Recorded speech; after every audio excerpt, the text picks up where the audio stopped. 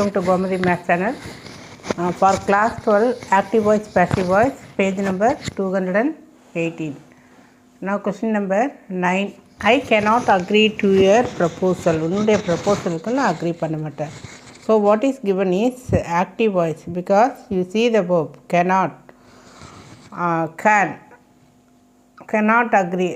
We வந்து நடுவில் வரல. ஏற்கனவே சொல்லியிருக்கிற can இதெல்லாம் வர்றப்போ கண்டிப்பாக வந்து passive voiceல be அப்படிங்கிறது வரும். be plus V3 அப்படின்னு சொல்லி இருக்கும். பட் அந்த மாதிரி இல்லை. So this is active voice. here subject object எல்லாம் திருப்பணும். நடுவில் வந்து be அப்படின்னு கொண்டு வந்துட்டு இந்த அக்ரிங்கிறத V3 அப்படின்னு சொல்லி சேஞ்ச் பண்ணணும்.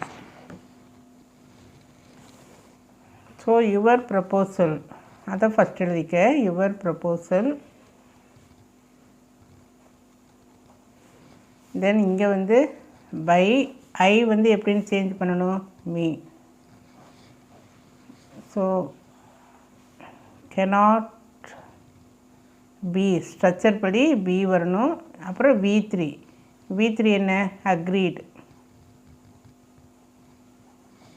So your proposal cannot be agreed by me. Then kindly complete the assignment in time. இங்கே பார்த்தீங்கன்னா கைண்ட்லி கம்ப்ளீட் த அசைன்மெண்ட் இன் டைம்னு இருக்குது. கைண்ட்லி, ப்ளீஸ் இது எல்லாமே வந்தால் யூ ஆர் ரிக்வஸ்டட். ஸ்ட்ரக்சர் வந்து யூ ஆர் ரிக்வஸ்டட் டூ, அவ்வளோதான். அப்புறம் மீதியாக அப்படியே, ஏன்னா ஏற்கனவே சொல்லியிருக்கேன் டூக்கு அப்புறம் வேர்பு தான் வரும். நான் சிம்பிள் சென்டென்ஸாக சேஞ்ச் பண்ணுறது, சிம்பிள் டு காம்ப்ளெக்ஸ் அதில் எல்லாம் கூட சொல்லியிருக்கேன். டூக்கு அப்புறம் என்ன இருக்குன்னா வேர்பு இருக்கும்.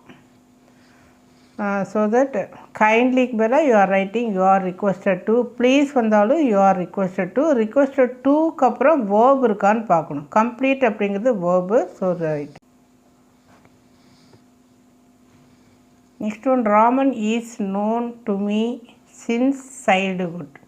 So is known double verb வருது. ஸோ இந்த மாதிரி டபுள் வேர்ப் வரப்போ கண்டிப்பாக what is given is passive voice. So thus you are changing into active voice. So passive வாய்ஸில் 2 வேர்பாக இருக்கக்கூடியது ஆக்டிவ் வாய்ஸில் 1 வேர்பாக ரெடியூஸ் ஆகும். Is mean present tense. அப்போது இந்த நோன்கிறது V3, அதை நோ அப்படின்னு சொல்லி V1ஆக சேஞ்ச் பண்ணணும். இந்த மீங்கிறது ஃப்ரண்ட்டில் வரும். ராமன்கிறது it will go back side. By அப்படின்னு சொல்லி எழுதணும். Preposition by. So me change it as I.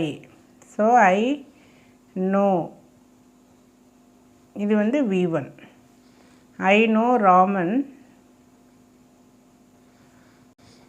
So இந்த 2 வேர்ப் வந்து ஒரு வேர்ப் ஃபார்மாக மாறிடுச்சு. ஈஸுங்கிறது present tense. Since it is present tense you are using V1.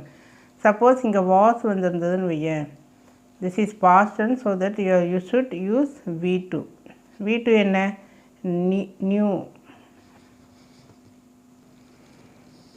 Don't insult the poor and work. So what is given is active voice. You are changing into passive voice. நான் ஏற்கனவே சொல்லியிருக்கிறேன் don't அப்படிங்கிற இந்த மாதிரி order ஃபார்மில் வர்றப்போ you are writing let and not, then be, then V3. இதுதான் வந்து structure. So let not the poor and weak be insulted. So next one, who has broken the chair? What is given is active voice. Question ஃபார்மில் இருக்குது. இங்கே உங்கள்கிட்ட பார்த்தீங்கன்னா இது by ஊங்கிறது passive வாய்ஸில் இருக்கக்கூடியது. ஸோ ஹூன்னு வர்றப்போ you are changing as by hmm.